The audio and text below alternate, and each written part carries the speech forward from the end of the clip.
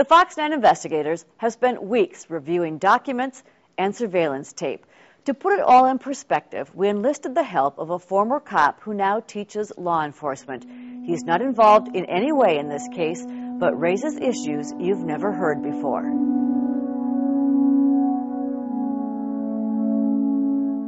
He looks. That doesn't mean there isn't a way that could have happened. Because he knows. That doesn't mean there isn't a way that could have happened. I just can't come up with it. That police shootings often involve more than meets the eye. And that is what makes the shooting of Fong Lee so frustrating. When people are in a full fight or flight response, the adrenaline is going, they've got tunnel vision, they oftentimes have defective memory of what has occurred. Because the surveillance camera pans away at just the wrong time, we have to rely on the memories and the integrity of the people who were there. Mark Robbins spent 25 years in law enforcement and now teaches it in Mankato. But you know what they say, evidence or absence of evidence is not evidence of absence. And in this case, what you don't see is as important as what you do. Well, you look at that video. I mean, a lot of us have looked at it many, many times. Minneapolis Police Chief Tim Dolan is convinced his officer made the only decision he could while chasing a teenager he insists was armed. He's carrying a gun. Minneapolis Police Officer Jason Anderson and State Trooper Craig Benz were riding together in the police car. They were doing aggressive police work at a time. This is back in '06. We were having a lot of issues, violence in the city, and they did a fine job. They approached a group of teenagers on bikes near a Minneapolis school.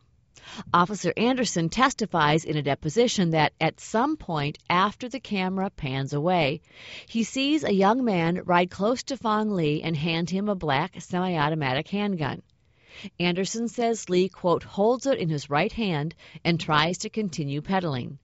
In his deposition, the trooper is far less clear about what he saw the two exchange. The lawyer asks, "What did you see? What did the object look like?" The trooper says, "I can't recall." Benz does later testify that before the chase began, he did see a gun in Lee's hand. You have two officers that saw the gun. The school surveillance camera picks up the action as Lee and another young man jump the curb. The squad car follows. That's Lee on the left side. He appears to be falling or jumping off his bike. In their depositions, multiple witnesses say the squad car struck Lee's bike. A man we interviewed 3 years ago told us, "The police hit him by, I think, his back tire, and then he flipped." We can't see for ourselves because, again, the camera pans away. The man accused of handing him the gun was asked in a deposition, "Were you carrying a gun that day?" He answers, "No." All of the other teens at the scene also testified no one had a gun, and they testified this deposition was the first time anyone had talked to them about the case. No one interviewed any of the young men that were with Fong Lee when this date happened, when this terrible tragic incident happened. Unbelievable. Rich Hector is representing Fong Lee's family. He's hired a forensic expert who will testify the video shows Lee did not have a gun. This young man, Fong Lee, is merely running away from the police officer and had absolutely no gun or any object in any of his hands or on his body. The Fox 9 investigators asked Mark Robbins to take a look. And all I'm seeing here is the shadow of his hand, and we're not seeing a firearm would have to protrude out some. You know, I'm pretty confident there's no gun in his hand at that moment. Compare that to the officer as he rounds the same corner in about the same spot. His gun is clearly visible in the shadow. Our expert says both hands on it means he's now gone into shooting mode. We heard some shots, like 4 shots. Officer Anderson shoots Lee 3 times from behind. Anderson testifies. After he was knocked to the ground from the first 3, the gun was still in his hand, and I was still yelling, "Drop the gun, drop the gun." At that point, he was laying on his back and raised the gun up a 3rd time, and that's when I shot 5 more times. They're just concerned that it's just like slaughtered him. We asked our expert if Lee was on the ground and had the gun in his right hand, how can he also have what appears to be blood in his palm? There should never be blood in the palm of a shooter's hand. Let me pause this. And it'll come kind of back around. Because if I'm shooting close enough contact to get blowback, the blowback's only going to come onto my hand and onto the firearm. It's not going to come into the palm because the palm is closed and the gun's in there. Robbins is speaking theoretically.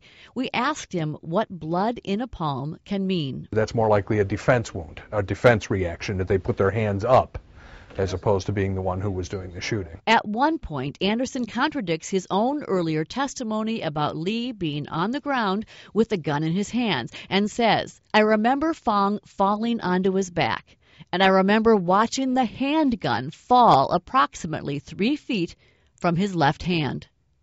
Robbins can't reconcile the two statements. I can't come up with a scenario where the gun ends up 3 feet on the left if he raised his hand with it after he was already on the ground. If Lee's empty hands were up in the air, could that also explain how he was shot in the left hand between his third and fourth finger in a slightly upward direction?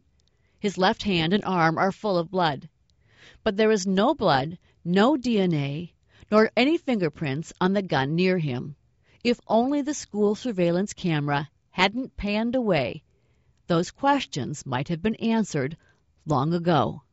While police are adamant Lee had a gun, his family and its attorneys are equally adamant Lee did not have a weapon in either hand. The case goes to trial later this month. I'm Trish Van Pilsum.